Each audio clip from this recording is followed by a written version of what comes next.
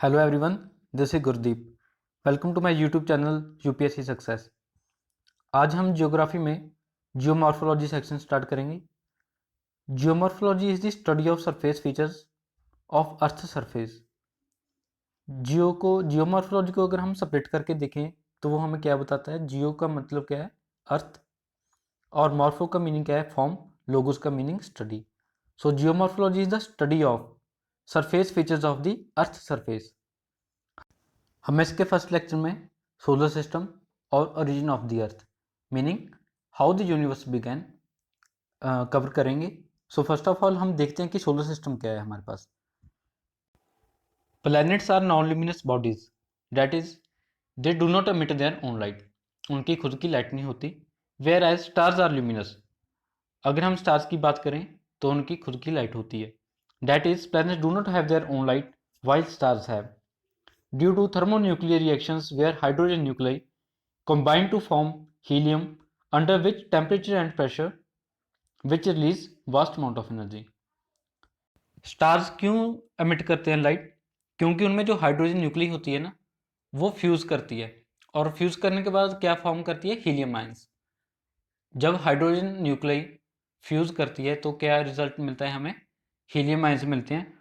तो उससे जो टेम्परेचर है और जो प्रेशर वो रिलीज होता है, उस टेम्परेचर और प्रेशर की वजह से जो हमें लाइट दिखती है स्टार की, वो फ्यूज़न की वजह से दिखती है।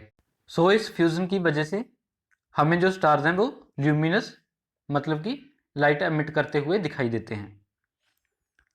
The congregation of stars and planets is known as solar system. जो स्टार्स और प्लैनेट का एक समूह है, एक ग्रुप है, एक क्लस्टर है, उसे हम पूरे क्लस्टर को क्या बोलते हैं, क्या नाम देते हैं, सोलर सिस्टम।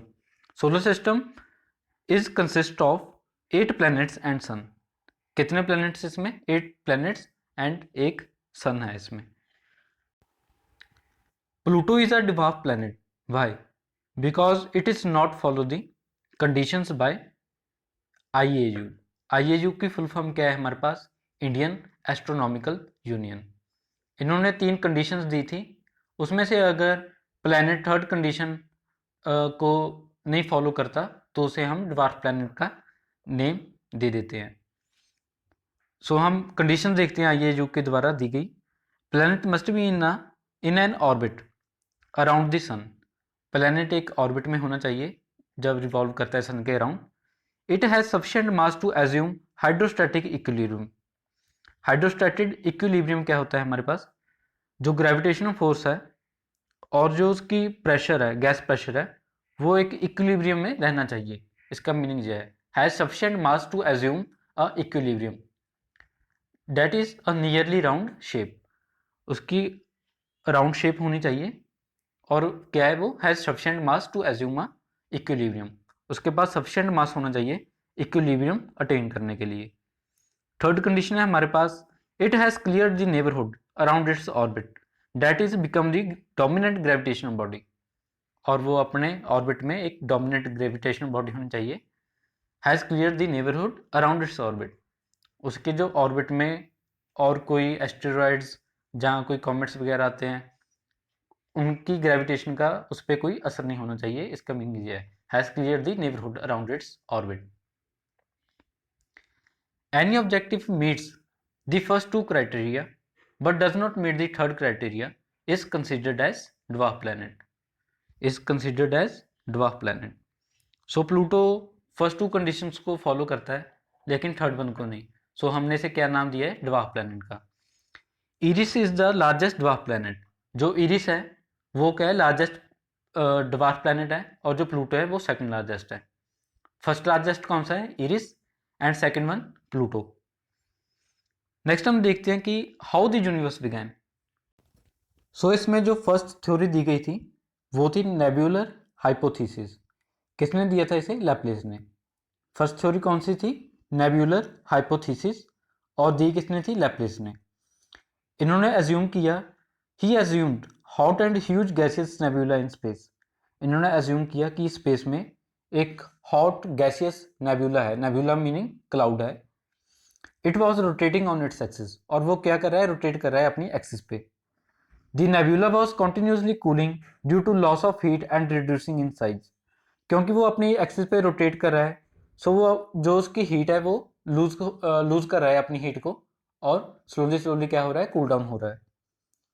जैसे जैसे वो कूल डाउन हो रहा है, कंडेंस हो रहा है, वो उसका जो साइज है वो भी क्या हो रहा है, रिड्यूस हो रहा है उसके साथ। कंडेंस होने की वजह से जो उसका साइज है वो रिड्यूस हो रहा है। Due to reduction in size of nebula the circular velocity increases. जैसे जैसे नेबुला का साइज डिक्रीज हो रहा है, उसकी जो वेलोसिटी है वो क्या है, इंक्रीज कर रही है। मतलब दोनों क्या है, इनवर्सली प्रोपोर्शनल है। अगर साइज डिक्रीज होगा तो वेलोसिटी इंक्रीज करेगी, अगर साइज इंक्रीज होगा तो वेलोसिटी है वो डिक्रीज करेगी, inversely proportional to each other. Consequently, centrifugal force exceeds centripetal force and outer ring gets separated from remaining part of nebula. Centrifugal force कौन सी होती है, जो बाहर की तरफ लगती है, और सेंट्रीपिटल फोर्स जो अंदर की तरफ लगती है। इसमें उन्होंने बताया कि जो सेंट्रीफ्यूगल फोर्स है वो ज़्यादा है सेंट्रीपिटल फोर्स से, इसलिए जो रिंग है, आउटर रिंग है, वो बाकी नेबुला से क्या है, सेपरेट हो जाती है। According to Laplace only one ring was separated from nebula not 9। उन्होंने ये भी बताया कि जो रिंग है वो एक रिंग ही सेपरेट होती है नेबुला से, ना कि 9, क्योंकि हमारे पास 9 प्लैनेट्स बताए गए थे ना कि 9 प्लैनेट्स हैं, उसमें से 9 रिंग सेपरेट नहीं होती, एक एक रिंग सेपरेट होती है। Further that original ring was divided into 9 rings, और जो वो ओरिजिनल रिंग है वो आगे फर्दर 9 रिंग्स में डिवाइड होती है। All the matter of each ring condensed at a point and solidified results into 9 planets. और जो वो ओरिजिनल रिंग 9 रिंग्स में डिवाइड होती है, वो धीरे धीरे से क्या कंडेंस होना स्टार्ट हो जाती है एक पॉइंट पे, और सॉलिडिफाइड होते होते प्लैनेट्स की फॉर्म में आ जाती है। Remaining central nucleus of the nebula became the sun. जो बाकी नेबुला बच गया हमारे पास वो क्या है, हमारा सन है, लैप्लेस के अकॉर्डिंग। Satellites were found from planets by same process.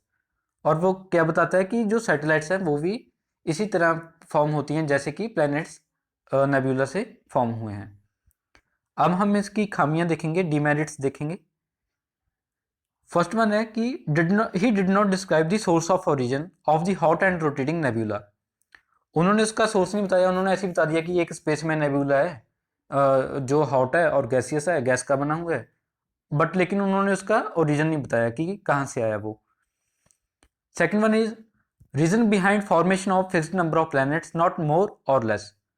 9 he planets क्यों बने, ना एक कम बना ना एक ज़्यादा बना, 9 ही प्लैनेट्स क्यों बने, ये भी नहीं उन्होंने बताया। If the sun is remaining a nucleus of the nebula it should have bulge around its middle part which point out separation of irregular ring but there is no such bulge. अगर वो कहता कि जो nebula बच गया, अगर वो सन है हमारे पास और उससे एक रिंग सेपरेट हुई थी, तो उससे बल्ज आउट होना चाहिए सेंट्रीफ्यूगल फोर्स की वजह से, जैसे हमारी अर्थ सेंटर से बल्ज आउट हुई है ना, वैसे सन को भी तो बल्ज आउट होना चाहिए सेंटर से, अगर सेंट्रीफ्यूगल फोर्स की वजह से जो आउटर रिंग है वो सेपरेट हुई है उससे।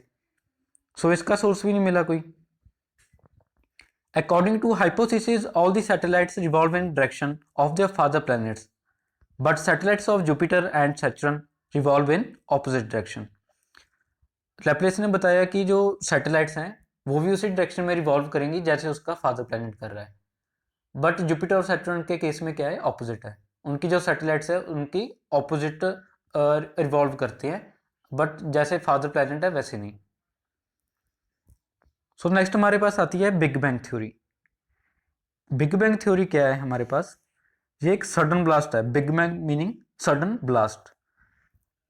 जॉर्ज लिमैत्रे उन्होंने ये सुजेस्ट की थी थ्योरी, और उसके बाद इसे किसने बूस्ट किया थ्योरी को, एडविन हबल ने। In the beginning all the matter existed at a single point in the form of tiny ball known as point of singularity. Big bang theory हमें बताती है कि there is no space no time but a single mass.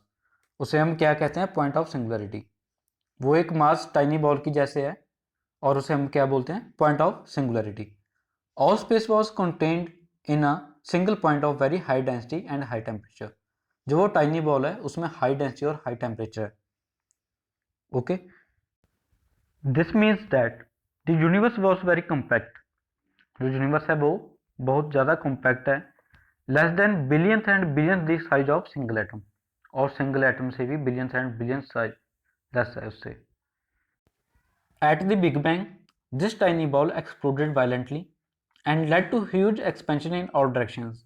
It is accepted that it took place 13.8 billion years ago. Meaning कि जब sudden blast होता है उससे एकदम से एक्सपेंशन होनी स्टार्ट हो जाती है हर एक डायरेक्शन में, और इसे माना जाता है कि ये 13.8 बिलियन ईयर्स अगो पहले की बात है। The atoms produced by the big bang were hydrogen and helium. जो हाइड्रोजन एंड हीलियम है वो हमें मेजॉरिटी में मिले ब्लास्ट के बाद, और जो लिथियम एंड बेरिलियम है वो स्मॉल ट्रेसेस में मिले हमें। The expansion of universe even continues today. जो यूनिवर्स की एक्सपेंशन है वो आज भी वैसे ही चल रही है हर एक डायरेक्शन में। As it grew some energy was converted into matter. जैसे जैसे वो एक्सपेंड होता गया वैसे जो एनर्जी थी वो मैटर में कन्वर्ट होती चली गई। There was a rapid expansion within fractions of seconds after bang, and within 3 minutes the first atom began to form. According to big bang जो हमारे पास सिंगल मास था वो within fraction of seconds expand होना start हो गया, और with in 3 minutes हमें एक एटम फॉर्म होता हुआ दिखाई दिया। After 3 lakh years from the Big Bang, the temperature dropped to 4500 Kelvin and gave rise to atomic matter। 3 lakh साल के बाद जो टेम्परेचर है वो ड्रॉप हो जाता है 4500 केल्विन तक, और जो एटॉमिक मैटर है वो बनना स्टार्ट हो जाता है। नीचे मैंने कुछ क्वेश्चंस दिए हैं। फर्स्ट वन है name Jovian planets among planets of our solar system. इन क्वेश्चंस के आपने कमेंट बॉक्स में आंसर करना है। इन क्वेश्चंस का आपने कमेंट बॉक्स में आंसर करना है मुझे। सेकंड वन है in view point of big bang theory which of the following statement is are correct. Okay, आप लोगों ने इसे जरूर अटेंड करना है और नीचे कमेंट बॉक्स में आंसर देना है मुझे। Please like, subscribe and share my YouTube channel. Thank you.